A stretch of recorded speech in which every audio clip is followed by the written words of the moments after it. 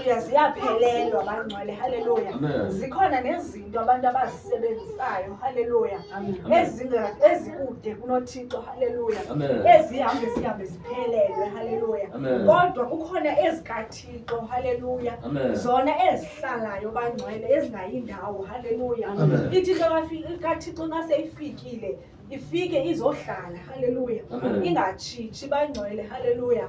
Okutsho ukuthi izinto zehlabathi ziyaphelelwa, haleluya, kodwa ezikaThixo zihlale zimile, haleluya, azipheli bangcwele, haleluya. Into nayo zisike zengezeleke, haleluya. Ufumaniseke ukuthi aziyindawo, haleluya, ziyongezeleka qha, haleluya.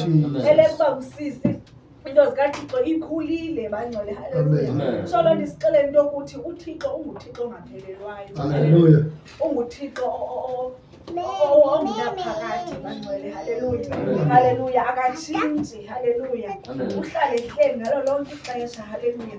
Futhi ndimthanda into yani uThixo athe uzakwenza uyakwenza, haleluya, haleluya. Ndadla ngokusho ebantwini uba haleluya, abanye babendibuza before nditshata, oyiki, haleluya, ukutshata nomfundisi, haleluya. Abanye bethi singazange sakuva uthetha nje, haleluya, uzawukwenza kanjani, haleluya.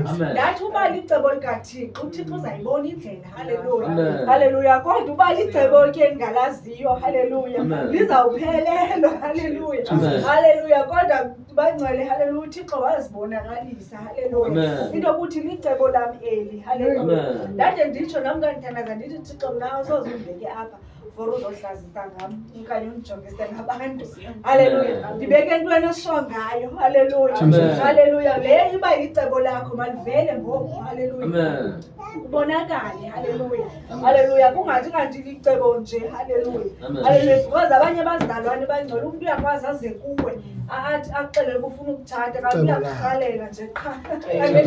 Bakhona abantu abanjalo, uphela ngoku ayanelise laa nto ibifuna wena ngoku. Ufumanisa ukuthi kuphelile ngoku, so akusekho kwalo mtshato, haleluya. Mahliphi nje, haleluya, ngoba kwakuqala ibingelo cebo likaThixo, haleluya. Ndimcebisa umntu athi umntu yeyi ukhona lo mzalwane uthile, lo mzalwane uthile, ndimbuze uthandazile qela. Because mna ndizakucebisa mna ngeli hlobo umchaza ngalo lo mntu, and xa umchaza as umntu orayithi. Like umzekelo last year ukhona enye intombazane ndidla ngoncokola naye phaa kuWhatsApp, uthi kum yeyi kukhona lo mfundisi ke ndakhonza naye before ndifika apha eKapa. Lo mfundisi lona thatha nto, uthi lo mfundisi uthi ngokufuna umtshata wayenayo inkosikazi ngokuya caba waye wabuya ngokubona abasandufika phaa bebengamazi nokunonkosikazi xa wemnto ngoku waphinde wabuya. So uthi ngoku lo mfundisi unkosikazi waphinde wahamba, and then nangelaa xesha babekhonza bonke uThixo waye wambonisa yena ntoni ndithi njani kodwa wayetshatile. Athi hayi ungumntu orayithi